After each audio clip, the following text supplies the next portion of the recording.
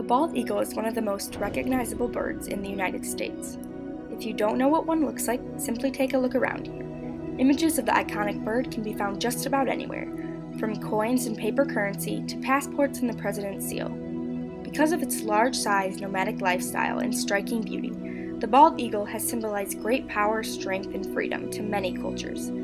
These qualities prove to be attractive to a young nation struggling for independence, the United States of America.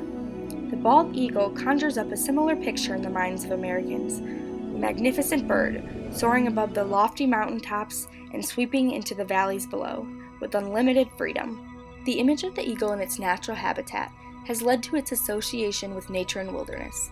The attachment to nature and wilderness has always been an important cultural characteristic in American society, an importance that can be seen both in the country's past and present.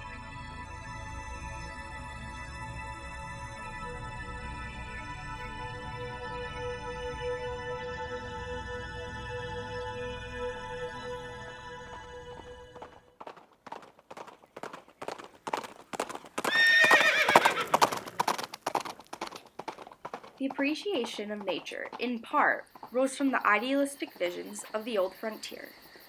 The Old Frontier represented many things like danger, adventure, opportunity, and freedom. But above all, the frontier brought with it the possibility of escaping into the wilderness and creating a new life or even a new identity. This idealistic vision of the frontier lured the young, the restless, and the adventurous, who wanted to live the American dream of complete freedom and a natural way of life. The idea of the American dream was felt by many and is often portrayed in literature, film, and art, and can be seen in characters like Daniel Boone. Daniel Boone was considered to be one of the first settlers of Kentucky. Through popular film and literature, Boone has become an American legend. Authors, such as Timothy Flynn, have greatly embellished the adventures of Boone, describing times in which Boone fought hand-to-hand with a bear, escaped from Indians by swinging on vines, and so on.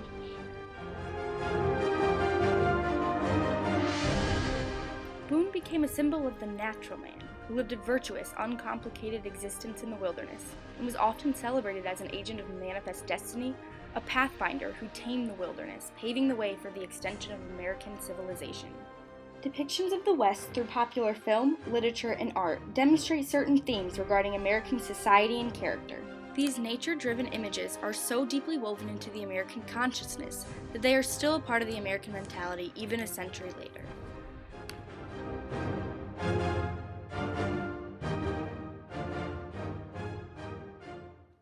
As westward expansionism continued, many people began to fear the impact it would have on the wildlife in the wilderness. George Catlin, a self-taught artist who traveled extensively among the native people of North America, hoped that in some way wildlife could be preserved by, quote, some great protecting policy of government. In a magnificent park, a nation's park, containing man and beast in all the wild and freshness of their nature's beauty. Years later, this idea gained some acceptance when Congress donated Yosemite Valley in California for preservation as a state park, and later, in 1872, establishing Yellowstone National Park. The establishment of Yellowstone National Park was the world's first instance of preservation in the public's interest. Since then, the United States National Park System has grown from a single public reservation to include over 450 natural, historical, recreational, and cultural areas throughout the United States.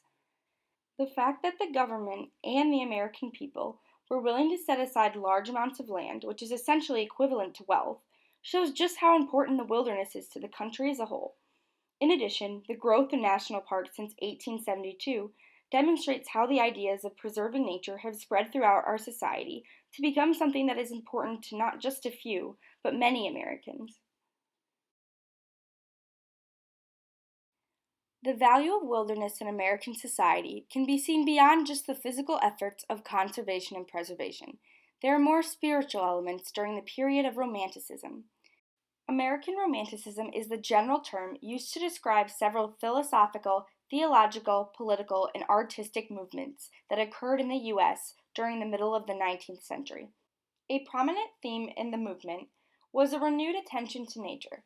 People began to view nature as a source of spiritual and psychological renewal, a concept that is still prevalent today. The American Romantics saw nature as a way of returning to a childlike innocence, something that was untouched by civilization. This differed heavily from earlier thoughts that saw nature as an obstacle to overcome in the cultivation of democracy. The American Romantic period was also associated with the group of writers and philosophers known as the Transcendentalists. A central theme of Transcendentalism was the idea that complete human experience could only be reached through harmony with nature.